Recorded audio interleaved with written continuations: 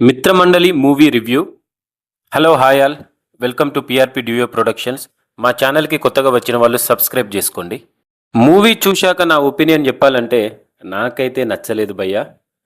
ఈ వీక్ వస్తున్న 4 మూవీస్ ఉన్నాయి కదా, అందులో ఒక వికెట్ కంప్లీట్ డౌన్. ఒక్కటంటే ఒక్క సీన్ కూడా వర్కౌట్ అవ్వలేదు నాకు.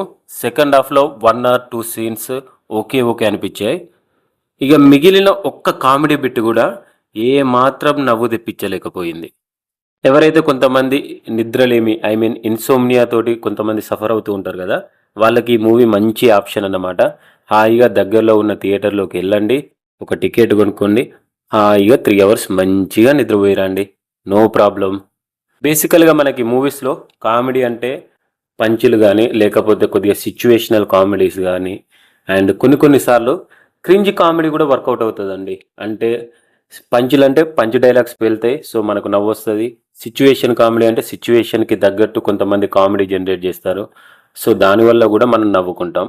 And even more cringe comedy అని అంటే కొద్దిగా లౌడ్ వాయిస్ తోటి అనవసరమైన డైలాగ్స్ తోటి కొంతమంది కామెడీ జనరేట్ చేయాలని చూస్తారు, అది కూడా మనకు కొంతవరకు నవ్వు తెప్పిస్తుంది. కానీ ఈ మూవీలో డైరెక్టర్ ఉద్దేశం ఏంటో లేకపోతే మిగిలిన క్యారెక్టర్స్ అందరూ ఏమనుకొని తీశారో కానీ అందరూ ప్రయత్నం చేశారు నవ్వించేందుకు, కానీ ఏ ఒక్క సీన్ కూడా వర్కౌట్ కాలేదు. ఈవెన్ ప్రియదర్శి కానీ, రాగ్మయూర్ కానీ, ప్రసాద్ బెహ్రా కానీ, సత్య కానీ, ఈవెన్ ఇంకో క్యారెక్టర్ ఉంటుంది వెన్నెల కిషోర్ కానీ. చెప్పండి మీరు, వెన్నెల కిషోర్ అండ్ సత్య గనక స్క్రీన్ మీద ఉంటే మీకు ఒక్కటంటే ఒక్క సీన్ కూడా నవ్వు రాదా? అలా ఎప్పుడైనా ఇంతకుముందు గతంలో జరిగిందా?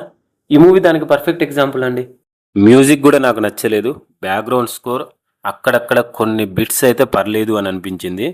ఇక క్యారెక్టర్స్ పరంగా చూసుకుంటే రాగ్మయూర్ క్యారెక్టర్లో రాగం లేదు, and Priyadarshi character so so, and Vishnu character కూడా సోసో. ఇక నిహారిక గారు one of the lead role, ఆమె అయితే చాలా ఆర్టిఫిషియల్గా అనిపించింది, ఎందుకో తెలియదు. ఇంతకుముందు ఈమె మూవీస్ నేను ఒకటి తమిళ్ డబ్బింగ్ మూవీ చూసా, ఆ మూవీలో కూడా నాన్ సింక్లో యాక్ట్ చేసింది. సిమిలర్గా ఈ మూవీలో కూడా అలానే అనిపించింది. బీటీవీ గణేష్ సోసో క్యారెక్టర్, ఇక ఎవరి క్యారెక్టర్ కూడా అంతగా యూజ్ చేసుకోలేదు, సో దానివల్లనే మనకు కామెడీ అనేది ఎక్కువ జనరేట్ కాలేదు. మనకు స్క్రీన్ మీద చాలామంది ఉంటారు, మనకు కావాల్సిన సపోర్టింగ్ క్యారెక్టర్స్ అందరు కమెడియన్స్ అందరూ ఉంటారు, బట్ ఇంతమంది క్యాస్ట్ ఉన్నా కూడా ఏ ఒక్కరితోటి వాళ్ళు కామెడీ జనరేట్ చేయలేదు.